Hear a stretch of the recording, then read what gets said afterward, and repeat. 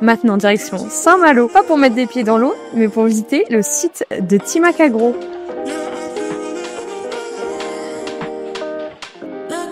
Bonjour. Bonjour. Vous allez bien? Oui, et vous? Parfait, en plus je vous attendais. C'est vrai. Bienvenue sur le site du groupe Roulier, Timac Agro France, filiale historique instaurée à Saint-Malo. On va visiter du coup le Centre mondial de l'innovation, spécialisé dans tout ce qui est nutrition végétale et nutrition animale. Vous venez, je vous fais visiter. Et je vous suis. Je te laisse prendre cette blouse. Merci. Waouh. Donc là, on est vraiment au cœur de la partie production animale. Ok. C'est vraiment le laboratoire dans lequel va se dérouler toute la partie recherche et innovation. Il faut savoir que Timac Agro travaille avec le Centre mondial de l'innovation. Évidemment, on fait partie du même groupe. Et c'est de là que partent toutes nos innovations. On a une idée sur le terrain, une idée qui va remonter. On va venir générer un projet, une innovation, un produit qui va ensuite passer dans les mains du CMI pour la partie recherche et ensuite mise en application sur le terrain et nous on pourra vendre la solution à la fin. Il faut à peu près combien de temps pour sortir un produit? En général, on compte sur un projet, on compte 3 à 5 ans. Ça peut aller 3 ans si on est assez rapide. On peut capitaliser aussi sur notre expertise depuis une quarantaine d'années, notamment sur les minéraux. Et donc là, concrètement, il y a combien de personnes qui travaillent? Qu'est-ce qu'ils font? Alors du coup, c'est la partie production animale au CMI, c'est environ une quinzaine de personnes.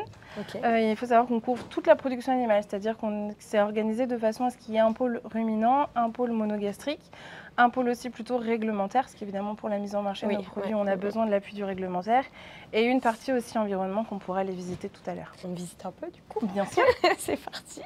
Donc là, on est vraiment dans la partie qu'on utilise le plus, en tout cas sur la partie ruminant, c'est les rumens artificielles. Concrètement, qu'est-ce qui se passe? On est capable de reproduire in vitro ce qui se passe en in vivo, donc dans l'animal.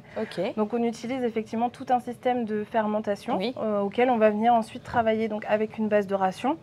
On va venir apporter, nous, derrière nos solutions. On va être capable de mimer la fermentation, donc que ce soit en termes de produits de cette fermentation, en termes aussi derrière de gaz, par exemple. Et on va ensuite pouvoir aller regarder ce qui se passe au sein du coup, de nos flacons qui finalement représentent le rumen de nos animaux. Mais qu'est-ce que c'est que ça? En fait, c'est le même système que j'ai montré juste avant sur la partie fermentation. Aujourd'hui, sur le système que j'ai montré juste avant, on est capable d'aller jusqu'à 24 heures. Grosso modo, c'est le temps qu'on utilise. Ici, on a développé, donc ça a été le fruit d'un travail assez important, une méthode qui nous permet d'aller plus loin sur ce processus de fermentation et du coup d'aller sur plus de jours. Donc là, en fait, c'est également une imitation d'un rumen alors? Oui, c'est ça. En fait, on vient, la pâle, elle mime la même chose, le même fonctionnement, l'agitation, grosso modo. On vient mettre, pareil, notre salive, notre jus de rumen et notre solution. On vient la faire tourner à 39 degrés. Et on est capable d'aller sur plusieurs jours pour justement voir l'évolution sur la durée. Exactement. Parce que du coup, sur la grosse machine, on peut uniquement faire sur 24 heures les tests. Oui, grosso modo, les runs durent 24 heures. Et on va continuer sur ce procédé de fermentation et on va aller voir la partie culture cellulaire. Eh bien, c'est parti. Donc là, une fois qu'on a fait cette partie fermentation, finalement, qui est la première partie au niveau de l'animal, on va plus loin sur ce procédé et on est capable ensuite d'utiliser finalement nos résidus, nos jus, ce qu'on appelle dans le jargon, pour aller les tester ensuite sur des cultures cellulaires. Notamment, ça peut être des cultures cellulaires d'intestin, ça peut être...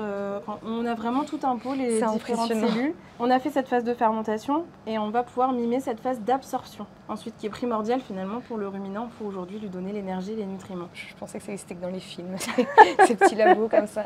C'est vrai qu'on a la chance d'avoir un équipement qui nous permette d'aller jusqu'ici et une technicité aussi en termes de matériel et d'équipe. Donc ici, c'est notre laboratoire où on vient vraiment travailler plutôt les aspects inhérents à tout ce qui est environnement, effluent. Donc on a notamment aujourd'hui des solutions qui nous permettent de cibler ces problématiques. Pourquoi? Parce comme on a la chance de travailler dans plus de 40 pays aussi, on a vraiment ces problématiques qui sont remontées soit à l'échelle de la France, ça peut être aussi à l'échelle de nos autres filiales. Les problématiques ne sont pas les mêmes partout dans le monde. Ça peut varier un petit peu, exactement. Mais la problématique de l'ambiance et de l'hygiène dans le bâtiment, finalement, elle est pour tout le monde la même. Donc on a aujourd'hui tout un système, par exemple si on reboucle avec la partie fermentation, quand je disais tout à l'heure, on est capable d'aller voir les produits et les gaz. Typiquement, on est capable de récupérer donc, ces gaz qui sont produits et de les passer ici dans cette machine qui est en fait une micro-GC, ce qu'on appelle dans le jargon, qui va venir analyser spécifiquement les gaz qui sont produits au cours de la fermentation. Et c'est comme ça, par exemple, qu'on va pouvoir travailler sur le CH4, CO2, etc. et qu'on va pouvoir ensuite différencier nos différents gaz. On continue? Oui. Du coup, on vient de faire le tour de la partie laboratoire, mais on a les tests laboratoires, mais comment ça se passe en réel sur le terrain? Alors en fait, une fois qu'on a passé cette phase-là finalement de in vitro, on va venir mettre en application finalement notre solution qui a été la plus probante. Pour ça, on a différents essais qui vont se mettre en place. On a deux catégories d'essais majoritaires. On va avoir des essais plutôt scientifiques, c'est-à-dire que là, on travaille vraiment avec des partenaires et on va ensuite mettre en place ce qu'on appelle des essais terrain. Et donc là, on va bénéficier du réseau de nos experts terrain, voilà, de nos éleveurs qui vont être mis à contribution et qui vont pouvoir nous aider justement pour aller tester nos solutions en conditions terrain. Pour pouvoir bénéficier de ces essais terrain et de ces essais expérimentaux, il faut évidemment qu'on passe sur la partie industrielle. Et donc c'est là où finalement ça va être le plus intéressant aussi, c'est quand on a nos solutions qui sont construites, comment on va les mettre en application. Donc on va avoir toute une équipe finalement au CMI qui est dédiée à cette partie process industriel, fabrication. Exactement, premier lot pour les essais, pour ensuite les mettre en application à l'usine. Du coup, une fois que tout ce processus est fini, tout se passe ici après à l'usine. Absolument. Si tu veux, je t'emmène voir Bruno, le directeur de l'usine pour la partie production animale. Eh bien, c'est parti.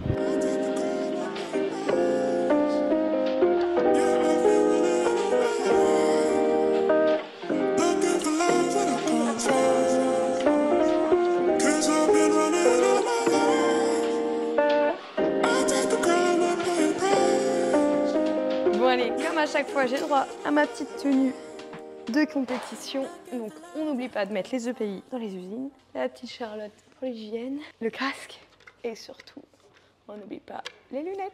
Allez, on est parti. Bonjour Bruno. Bonjour. Tu vas bien? Ça va, ça va. Bon, on m'a dit que tu étais l'expert de l'usine Timacagro. Voilà, on va aller voir visiter l'usine des blocs minéraux et microgranulés. Je vois qu'on t'a équipé au niveau sécurité. Exactement, j'ai tous mes EPI, on peut y aller. C'est très bien, on va y aller. Merci. Alors ici, on commence un peu la visite par la fin, puisque là, on est dans le stockage des blocs alléchés. Donc là, on voit les palettes avec les différents produits. En termes de stock, on a généralement à peu près 2000 à 2500 tonnes de stock, ce qui représente à peu près 2 mois de fabrication. Pourquoi on a tout ça? C'est parce qu'en fait on a de nombreuses formules et il faut toujours pouvoir avoir le produit en stock. Depuis 2 ans là, on a une formule qui est le CTIA Protect, donc qui a été développée récemment.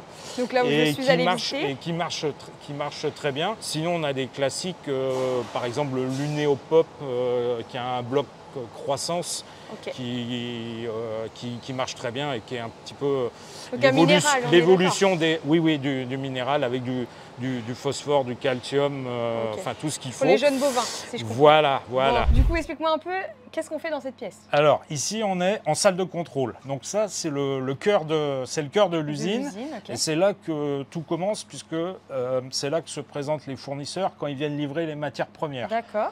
On a ici derrière nous un panel des différentes matières premières, ce qui permet à nos collaborateurs, quand ils reçoivent une matière, de vérifier visuellement. La qualité. On fait prendre un échantillon par le chauffeur, il nous amène le transporteur, un échantillon, et déjà on va pouvoir comparer visuellement est-ce que ça y ressemble. Les échantillons, ils sont analysés par notre laboratoire qui se trouve au centre, au CMI. Et puis on garde toujours un double des échantillons, ils sont gardés pendant 3 ans et demi. Donc là, la fabrication, on va commencer.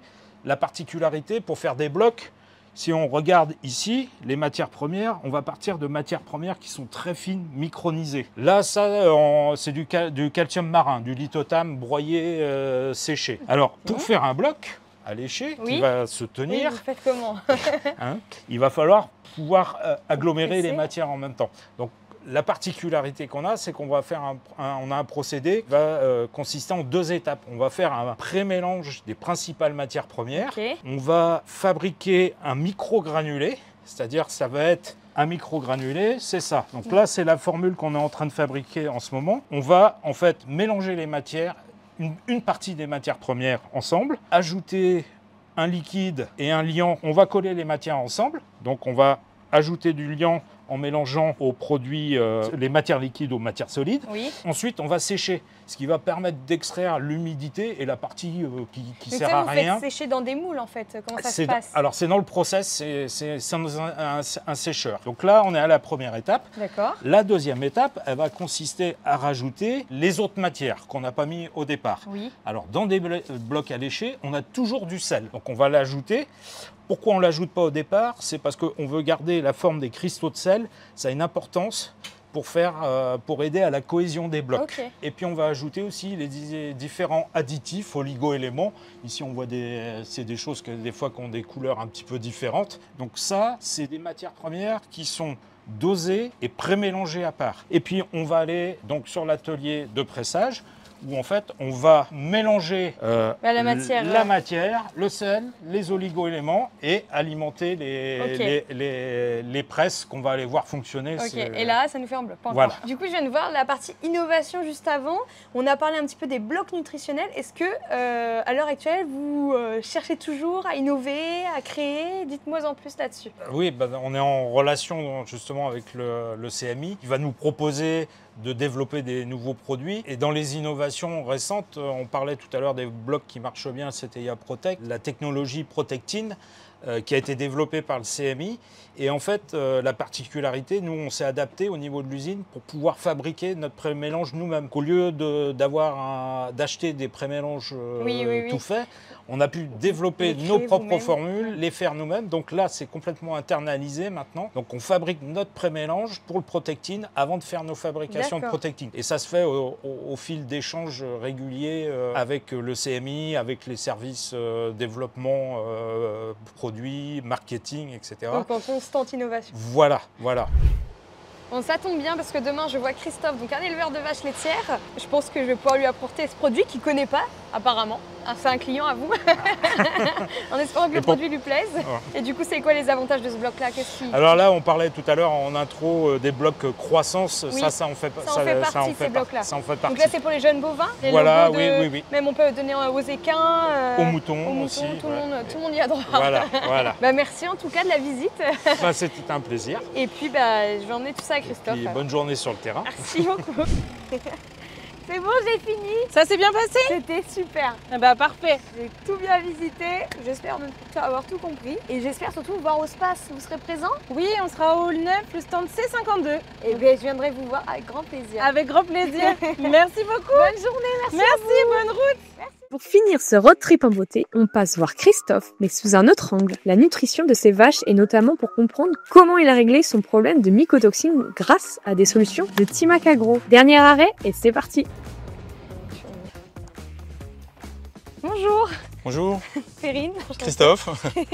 Merci de votre accueil en tout cas. Avec plaisir. On va visiter la ferme? Très bien. Bon allez, c'est parti. C'est parti. Dites-moi un peu plus sur l'historique de l'exploitation. Alors donc moi je suis en ARL depuis 2015, donc tout seul, avec un salarié. Je suis en production laitière uniquement. Donc il y a combien de vaches dans le bâtiment? Il y a à peu près 120 vaches présentes pour une centaine à la traite.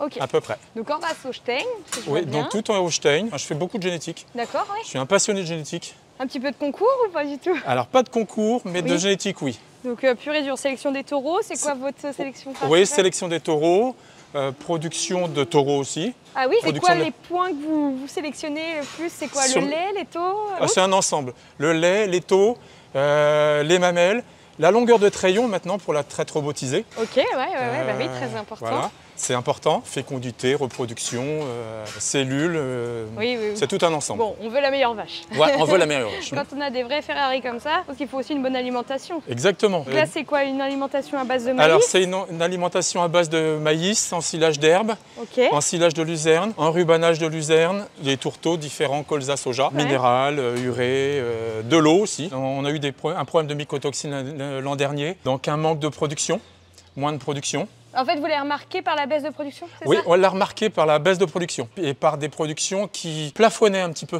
Il n'y avait pas le pic de lactation. Voilà, elles n'exprimaient pas leur potentiel. Puis donc on s'est posé des questions de savoir ce qui se passait. On a fait des analyses et puis on a trouvé des mycotoxines.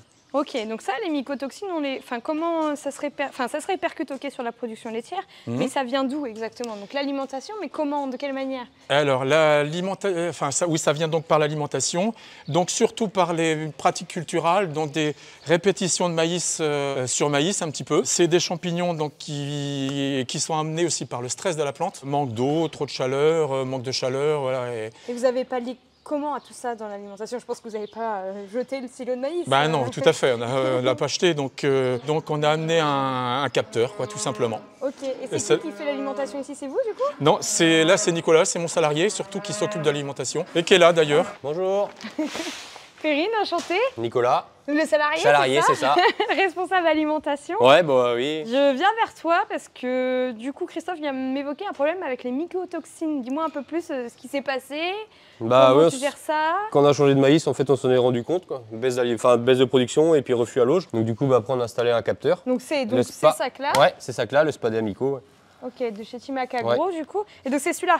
ouais, le petit. Et ça, du coup, ça sert à quoi exactement? À capter les mycos et à les ressortir de l'animal, en fait. Contrairement à beaucoup de capteurs qui captent juste, mais qui laissent la myco D'accord, dans et donc l'animal. ça a été efficace au bout de combien de temps? 15 jours. 15 jours, vous avez eu le résultat direct? bah oui. Monté en lait. Ouais, et puis les refus divisés par 3. Le problème de fond, c'était donc le maïs. Ouais. On m'a dit que vous étiez suivi par un technicien. Ouais, Michel, ouais. Il va passer la journée ou pas du coup? Bah, espérer, ouais. Bon, bah, je vais J'espère. essayer de voir avec Christophe si Michel passe Ouais. la journée et puis qu'il m'explique un peu plus ce produit. On Et va ben les je te produits. remercie, en tout De cas, rien, bon merci. courage. Merci. Travaille bien. Au Merci, revoir. au revoir. Tiens.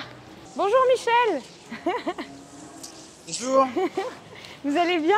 Bien, merci, vous aussi. Oui, très bien, merci. On m'a dit que vous étiez le spécialiste de la mycotoxine. Le spécialiste, j'en sais rien. Qu'est-ce que vous faites là? Qu'est-ce qui se passe? Là, en fait, avec Christophe et Nicolas, on s'est aperçu qu'on avait des baisses de lait dans Sur les la vaches, production, des problèmes un peu de fertilité. J'ai demandé à faire des analyses de maïs, mycotoxines, donne et et il s'avérait qu'on a des mycotoxines dans les deux. Les premiers bousomètres étaient pas bons du tout. Alors qu'est-ce que c'est un bousomètre? Un bousomètre, c'est on récupère grosso modo 4 kg de bouse sur les différentes vaches. Sur l'intégralité du Voilà, bâtiment? l'intégralité, Ok. on nettoie. Donc Oui. il reste que de la fibre non Ok. digérée en fait. Ok, oui. On trouvait des pourcentages de plus de 20%. Aujourd'hui, avec l'application du Spada Amico, Oui. donc on a des bousomètres qui sont descendus en dessous de 10. Donc on valorise mieux. Là, on a capté la mycotoxine, on a amélioré la valorisation de la D'accord. ration. On capte la mycotoxine et systématiquement, je reviens en suivi à 1 mois, tous les mois au départ, Ok. pour Ah voir oui, l'évolution donc du il y a- produit. Il y a un il y a- réel il y suivi a un auprès de vos éleveurs. Bon, du coup, on va faire le bousomètre. Voilà, je récupère encore d'autres Ouais, morceaux et ben et c'est puis, parti. Bah, je t'accompagne. et puis Donc, on nettoie. Là, par exemple, ce type de bouse là ou là, derrière la vache, il faut à peu près combien de kilos? 3-4 kilos. 3-4 kilos. Mais pas la bouse entière, en gros, c'est des petites... Il faut prendre un peu partout. On va passer de l'autre côté, je suis passé Ok. là. Il faut une répartition, il faut que ce soit à peu près homogène. Il faut prendre toutes les vaches, bien sûr, mais Oui, je comprends. quelques vaches. Donc on va les peser, nettoyer, puis on se retrouve de l'autre côté. Ok, bon bah c'est parti. Bon, du coup, on se retrouve au point d'eau. Explique-nous comment tu fais. Donc c'est tout simple, je pèse. Vas-y, La terre, je je la te prie. connais. Ok. Après, je nettoie Oui, et je repèse et je fais le pourcentage. bah c'est parti. C'est tout simple. Bon, je vais tenir la pelle ou tu la laisses... Non, elle fait partie du poids. C'est parti du poids, j'enlève tout. Ok. 2 kg 840. Bon, c'est pas très glamour, mais on fait avec quoi. Ouais, non. Et on voit comment les vaches les digèrent. Alors après des gros coups de chaud comme on vient de prendre, les bousomètres peuvent être parfois un peu moins bons. Donc là, Donc faut nettoyer. on mouille jusqu'à ce qu'il n'y ait plus de... Bah, tout ce qui n'est pas digéré va sortir, il va rester que la fibre. Ok. La pesée, on était à 2,80 kg. Non, c'est 840. ouais, 840, 920. 92. Donc on fait le calcul maintenant. On va sortir le téléphone. Ah non, la petite calculette. On est pro jusqu'au bout. Alors, Zéro. 0,920 moins Moins, 0,785. Le poids du seau est moins 0,785. divisé Divisé par 2 kg 0,55. à 0,06. Donc on est bon là. Donc ça veut dire qu'on est à 6%. Ah ok, on est à 6% de matière On non a- digérée. Voilà, c'est ça. 6 c'est bien. Si c'est très bien. bien. Ok. En dessous de 10 en général c'est bien. En dessous de 10, on est bon. Donc 6 c'est très très bien. Donc ça là- veut dire que la ration, ce que les vaches ingèrent, Je rentre ta calculatrice. merci, donc c'est digéré, c'est transformé en lait, Oui. en TP, en tout. Donc c'est Oui, c'est ouais, très ouais. très bien. Bon bah très bien, bah, je te remercie en tout cas. Eh ben de rien, je t'en prie. Je vais rejoindre donc Christophe et Nicolas, puis je vais leur dire un petit au revoir. Bon, je viens de voir Michel, Ok. hyper technique. Ouais. Ah Vous ouais, avez très quand bon. même un bon suivi. Très bien, ouais, on s'entend très bien. Ouais, je pense que c'est quelqu'un de très bien. Tant mieux. Et vis-à-vis de tout ça, comment vous avez suggéré? Parce qu'en fait, des fois, on ne souhaite pas se faire accompagner. Il est quand même vachement autonome, en fait. Il fait sa vie et voilà. Ah, exactement, ça nous est même arrivé de voir, d'être pendant la traite ou pendant le soin des animaux et de voir que sa voiture était là. Il était en train de préparer, à la limite de commencer même le bousomètre. Ok, voilà. Ouais, bon, bah, en fait, on fait confiance voilà. Et puis on est satisfait du résultat. Et en plus, les résultats sont très bons, hein, ce qui s'est passé. Et ben, en tout cas, moi, je vais vous laisser, mais j'ai des petits cadeaux pour vous. Bon, moi, j'ai des petits cadeaux du Space, déjà. Merci, merci. Et puis, Timac Agro ont souhaité vous offrir également ces blocs. Je les pose, ils sont lourds. D'accord. Je les pose, ils sont lourds. Tout ça, c'est pour vous. Merci. Merci de l'accueil. Moi, je vais continuer la route. Et puis, au Space. Ok, très bien. Merci Perrine. Bonne continuation. Au revoir.